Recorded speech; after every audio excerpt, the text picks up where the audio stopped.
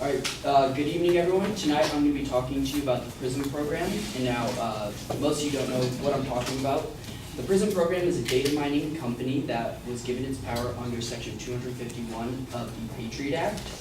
With the recent release of the Freedom Act, which revised the Patriot Act, certain data mining companies were restricted in their ability to mine data, specifically restricting them from breaking the First Amendment rights and the Fourth Amendment rights of citizens and businesses.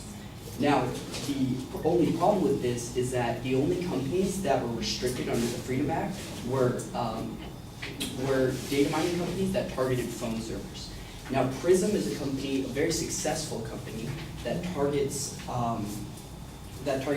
internet servers. So Google, Microsoft, Facebook, Skype, many other servers like that. So tonight I'm going to be telling you that Prism should be required to operate under the confines of the Freedom Act because Prism violates the Fourth Amendment.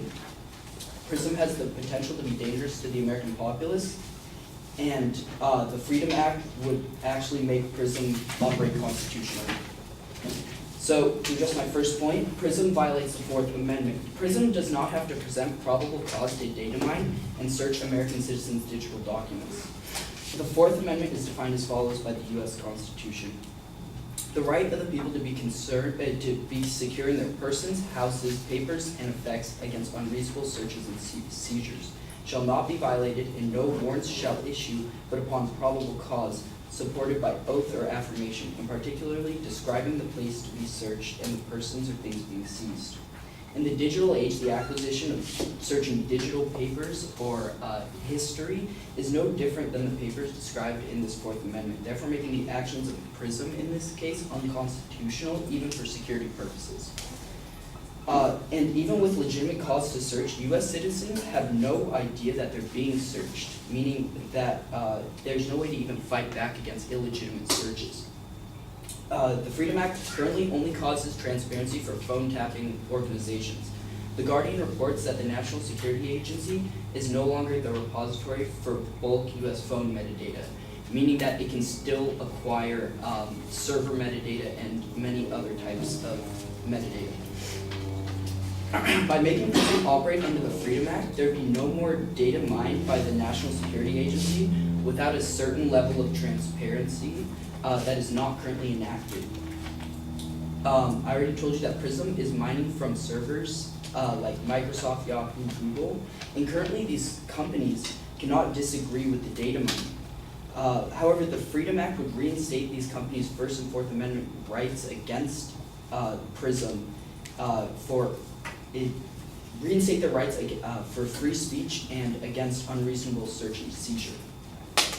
The Freedom Act is actually what reestablished Apple's Fourth Amendment and First Amendment right to deny access to their phone encryptions recently.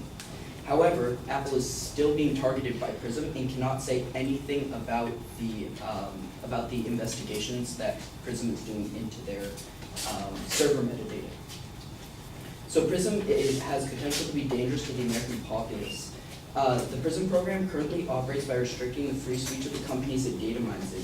Companies cannot communicate the details of investigations to anyone, not even their customers who are being investigated into. This can lead to cases like Brandon Mayfield, who was falsely accused of terrorism by the FBI. According to an article written by R.J. Schinner, Brandon was subject to lockdown, strip searches, sleep deprivation, unsanitary living conditions, shackles, chains, threats, physical pain, and even humiliation, using powers expanded by the U.S. Patriot Act and the government wiretapping his conversation, conducting secret searches of his home and his law office, and he was even jailed until he was released from jail from after 2 weeks. So hypothetically, if the Prism program can take away a company's free speech, they can just as easily take away individuals. In the case where we're not as lucky as Brian to be released in 2 weeks, someone could be in jail for years without anyone knowing because of the restrictions that they put on communication. And finally, the Freedom Act would make Prism operate constitutionally. Enacting the Freedom Act would cause transparency in the PRISM program and thusly not violate the Constitution's First and Fourth Amendment violations or rights. With the current constraints of the Freedom Act, the Human Rights Watch reports, rather than collect all records from a phone company, agencies would have to identify and show that a specific selective term, for example, a term that identifies an individual, account, or a personal device, is associated with international terrorism to request records. So in its essence, the Freedom Act allows for the same possible mining and investigation. The only difference is that the Act forces these mining organizations to work and operate under the Constitution. So by requiring them to work under the Freedom Act, the companies that were previously gagged and mined could then reject the request and could take the case to court for due trial, therefore allowing them to release information on the case as well as receive due process in their allowance of mining of their customers, therefore making the PRISM program and any others operate constitutionally. Any others like the PRISM program operate constitutionally.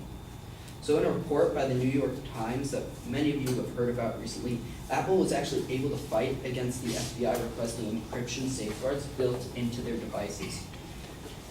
This is proof that the Freedom Act works. Apple was not only able to publicly release the FBI's intentions, but also was taken to court by the Obama administration, proving that it preserves the rights of the citizens of the country.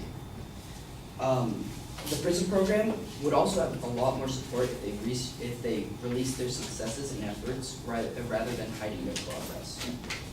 So, in conclusion, if the PRISM program were to operate under the Freedom Act, it would be operating constitutionally and would not lose any of its current powers.